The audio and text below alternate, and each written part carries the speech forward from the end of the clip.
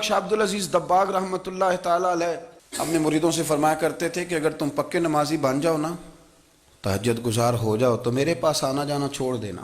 عرض کی حضور کیوں؟ فرمایا میں تمہارے اور رب رسول کے راستے میں رکاوٹ نہیں بننا چاہتا، اور میرا مقصود ہے تمہیں وہاں تک پہنچانا۔ جب پہنچ گئے تو پھر میری ضرورت ختم ہو گئی۔ ہاں کبھی وسوسہ آئے، شک پیدا ہو، تکلیف ہو تو آنا، ورنہ میں نہیں چاہتا کہ میں رکاوٹ بنا رہوں۔ تم اللہ اللہ کرو، اس مالک کو راضی کرو۔ میرے رسول پاک علیہ وسلم نے فرمایا بندہ اللہ کے سب سے قریب اس وقت ہوتا ہے جب وہ سجدے کی حالت میں ہوتا ہے۔ اللہ کے سب سے قریب ہوتا ہے، وہ بڑا نیڑے ہے رب کے، بڑا قریب ہے، اس لیے کہ وہ حالت سجدہ میں۔ وہ جب سجدے کرتا ہے نا، اس کی بارگاہ میں جب جھک جاتا ہے، آپ ذرا سجدے کی کیفیت دیکھیں نا، زبان بھی یہاں ہے، آنکھ بھی یہاں ہے، کان بھی، عقل بھی ساری، اس نے سارا کچھ رکھ دیا سجدے میں۔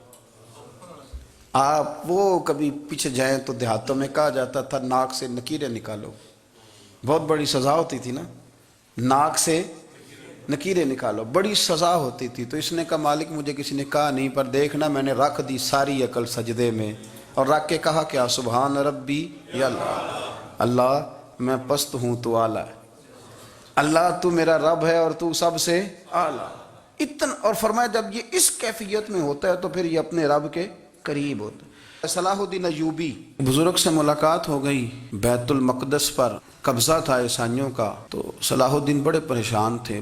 بابا جی کہنے لگے پتر کیا ہوا؟ کہنے لگے حضور پتہ چلا ہے دشمن کے 2 بحری بیڑے اسلحہ لے کے آ رہے ہیں، مسلمان پہلے ہی کمزور ہیں، اور اب اگر 2 بحری بیڑے اور آ گئے تو حضور مسئلہ بن جائے گا۔ تو میں پریشان ہوں کہ کس طرح یہ کم مسئلے والی ہماری فوج ہے کیسے مقابلہ کرے گی۔ تو بابا جی کہنے لگے پتر اس طرح کرنا، آج رات تو بھی دعا کرنا اور میں بھی کروں گا۔ تو بندہ جب دکھی ہوتا ہے تو سجدہ کرتا ہے تو پھر ہی تو مسلح بھیگ جاتا ہے، پھر ہی تو مزہ آتا ہے۔ سکھی بندہ تو کعبے جا کے نہیں روتا، دکھی تھے، تکلیف تھی، تو سر رکھا سجدے میں تو تڑپ گئے۔